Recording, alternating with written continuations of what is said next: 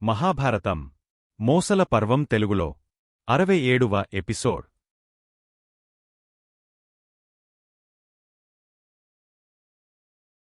కురుక్షేత్ర యుద్ధం జరిగ 35 సంవత్సరాలు అయింది. ద్వాపరయుగం గతించి కలియుగం ప్రవేశించింది. కలియుగ ధర్మమా అన్నట్లు మానవులందరిలోనూ మార్పులు వచ్చాయి.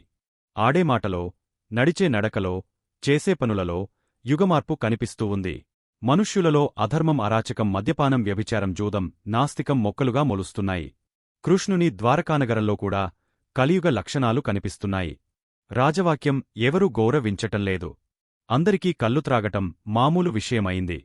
జూదం ఆడటమే కొందరికి వృత్తిగా మారింది. ఒకనాడు కృష్ణ సందర్శనార్థం దుర్వాస, విశ్వామిత్ర, కణ్వ, నారదాది మునులు ద్వారకకు వస్తుండగా కొందరు యాదవకుమారులు మద్యపానం చేసి కృష్ణుని కొడుకైన సాంబునికి ఆడవేషం వేసి గర్భిణిలా నటించమని చెప్పి మునులు వెళుతున్న దారికి అడ్డంగా నిలబడి కపట నమస్కారాలు చేస్తూ, మునిస్వాములారా, ఈ అమ్మాయి బభ్రవు అనేవాడి భార్య. దీనికి నెలలు నిండి ప్రసవనొప్పులు వస్తున్నాయి. దీనికి ఆడపిల్ల పుడుతుందో మగపిల్లవాడు పుడతాడో చెప్పండి స్వాములు. మీకు జరిగేవి జరగబోయేది తెలుస్తుందిగదా. ఏ శిశువు పుడుతుందో చెప్పుకోండి చూద్దాం అంటూ హేళన చేశారు. యాదవ కుమారుల హేళన గుర్తించిన మునులకు కోపం వచ్చింది. ధూర్తులారా, ఏమిటి ఎగతాళి? దారినిచ్చి దూరంగా పోండి అన్నారు మునులు. చెప్పకుండా ముందుకు వెళ్లటానికి వీల్లేదు అంటూ అడ్డగించారు. మునులందరికీ కోపం వచ్చింది. అప్పుడు దుర్వాసుడు, గౌరవహీనులారా, తాపసులతో తారాటలా? దీనికి ఆడపిల్లా పుట్టదు, మగబిడ్డా పుట్టదు. వీడి కడుపున ముసలం, రోకలి పుడుతుంది. యాదవులందరూ త్రాగుబోతులై అంతఃకలహంతో అంతరించిపోతారు అని శపించి తిరిగ వెళ్ళిపోయారు. మరునాటి ఉదయమే సాంబుని కడుపు నుండి తేజోవంతమైన ఒక ముసలం పుట్టింది. పుడుతూనే సాంబుడు చచ్చిపోయాడు. ఆ ముసలాన్ని తీసుకుని కృష్ణుని వద్దకు వచ్చి జరిగినదంతా వివరించారు యాదవులు. యాదవకుల నాశనం సమీపిస్తున్నదని గుర్తించాడు కృష్ణుడు. బలరాముడు, ఈ ముసలాన్ని తీసుకుని వెళ్లి అరగదీసి పొడిచేసి సముద్రంలో కలపండి అని భటులను ఆజ్ఞాపించాడు. మరునాడే ద్వారకారాజ్యంలో రాజశాసనం వెలువడింది. ఇకనుండి ద్వారకలో ఎవరు మద్యం త్రాగరాదు అంటూ శాసనం చేయించి రాజ్యమంతా దండోరా వేశారు. కృష్ణుని శాసనాన్ని ధిక్కరిస్తూ కృతవర్మ మద్యపాన ప్రియులందరినీ ఒక సమూహంగా కూడగట్టాడు. కారణమేమంటే కురుపాండవ యుద్ధంలో దుర్యోధనుని తరపున కృతవర్మ యుద్ధం చేశాడు. కృష్ణుడు పాండవప్రియుడై కురువీరులందరినీ చంపించాడని కృతవర్మ కృష్ణద్వేషం పెంచుకొన్నాడు. కురుపాండవ యుద్ధానికి ముందు అర్జున, దుర్యోధనులు కృష్ణ సహాయానికి వచ్చినప్పుడు 10,000 యాదవ వీరులను దుర్యోధనునికి ఇచ్చాడు కృష్ణుడు. ఆ 10,000 వీరులకు కృతవర్మ నాయకుడు. కురుక్షేత్ర యుద్ధం ముగసిన నాటినుండి కృతవర్మ దుర్యోధనుని అభిమానిగా మారిపోయి కృష్ణద్వేషం పెంచుకొన్నాడు.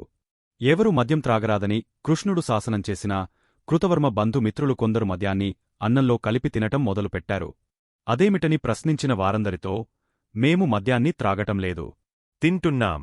త్రాగరాదని శాసనం చేశారుగాని తినరాదని శాసనం చేయలేదుగదా. అందుకే మజ్జిగ మానివేసి మద్యం కలుపుకుని అన్నం తింటున్నాం అంటూ బదులు చెప్పేవాడు. కృతవర్మ యాదవుల ప్రవర్తనకు కృష్ణుడు ఎంతగానో బాధపడ్డాడు. అనిరుద్ధుడు, ప్రద్యుమ్నుడు, సాంబుడు మొదలైన కృష్ణుని సంతతివారే కృష్ణుని విమర్శించటం, మాట వినకపోవటం చూచి కృష్ణుడెంతగానో కలత చెందాడు. కలియుగ ప్రభావానికి అందరూ లొంగపోతున్నట్లుగా గ్రహించాడు. కలియుగ ప్రారంభమే ఇలా ఉంటే మున్ముందు ఏ విధంగా ఉంటుందోగదా అనుకొన్నాడు. దుర్వాస, గాంధారి శాపాలు గుర్తుకు వచ్చాయి. ఒకనాడు బలరామునితో ఏకాంతంగా, అన్నయ్య, కలియుగం ప్రారంభం అయిందిగదా. యుగ లక్షణాలు మానవులలో ప్రవేశించాయి. సత్యం, ధర్మం, నీతి నియమాలు భూమి నుండి వెళ్ళిపోయాయి. నీవు ఎవరినీ ఏమీ అనవద్దు. నీకు కోపం ఎక్కువ కాబట్టి చెబుతున్నాను. అంతేకాదన్నయ్యా, ఇక ఎంత త్వరగా మన దేహయాత్ర ముగస్తే అంతమంచిది అన్నాడు వ్యథాహృదయంతో కృష్ణుడు.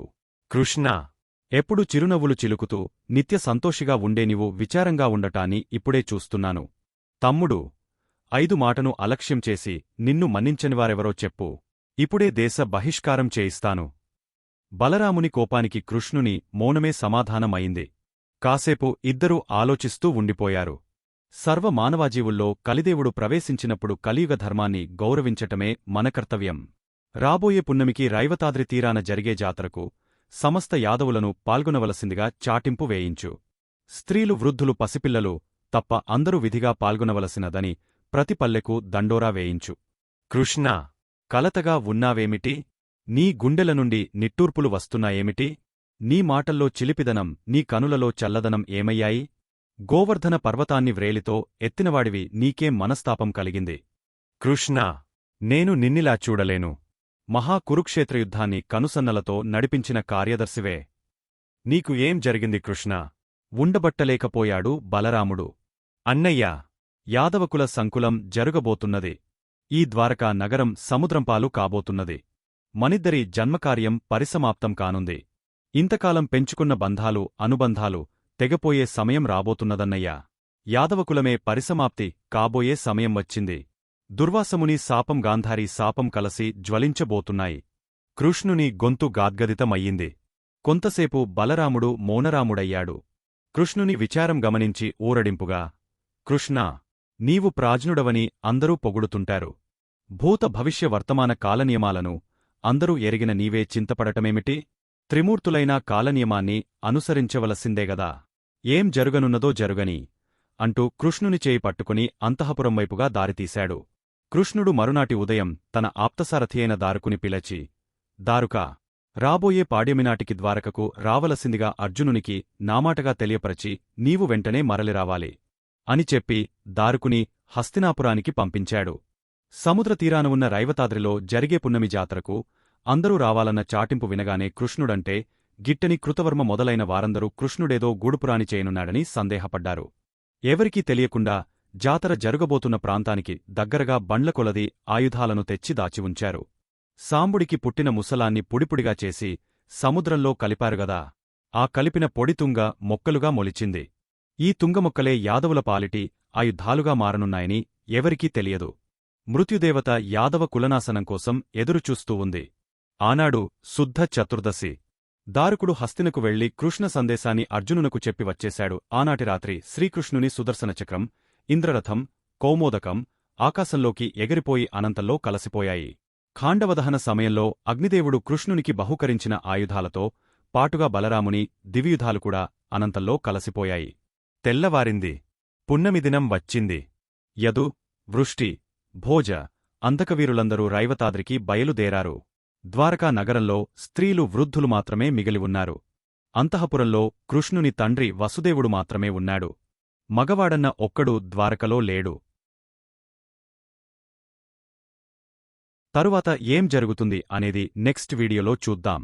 మా వీడియో మీకు నచ్చినట్టు అయితే లైక్ చేయండి, షేర్ చేయండి, కామెంట్ చేయండి. ముఖ్యంగా సబ్స్క్రైబ్ చేసుకోవడం మరచిపోకండి. మీ సలహాలు, సూచనలు ఏమైనా ఉంటే కామెంట్ చేయండి. సోషల్ మీడియాలో ఫాలో అవ్వండి. ఆదిపర్వం నుండి శల్యపర్వం వరకు పీడీఎఫ్ కింద డిస్క్రిప్షన్లో ఉంది, డౌన్లోడ్ చేసుకోండి. ముందు వీడియోస్ చూడకపోతే కింద లింక్స్ ఉన్నాయి చూడండి.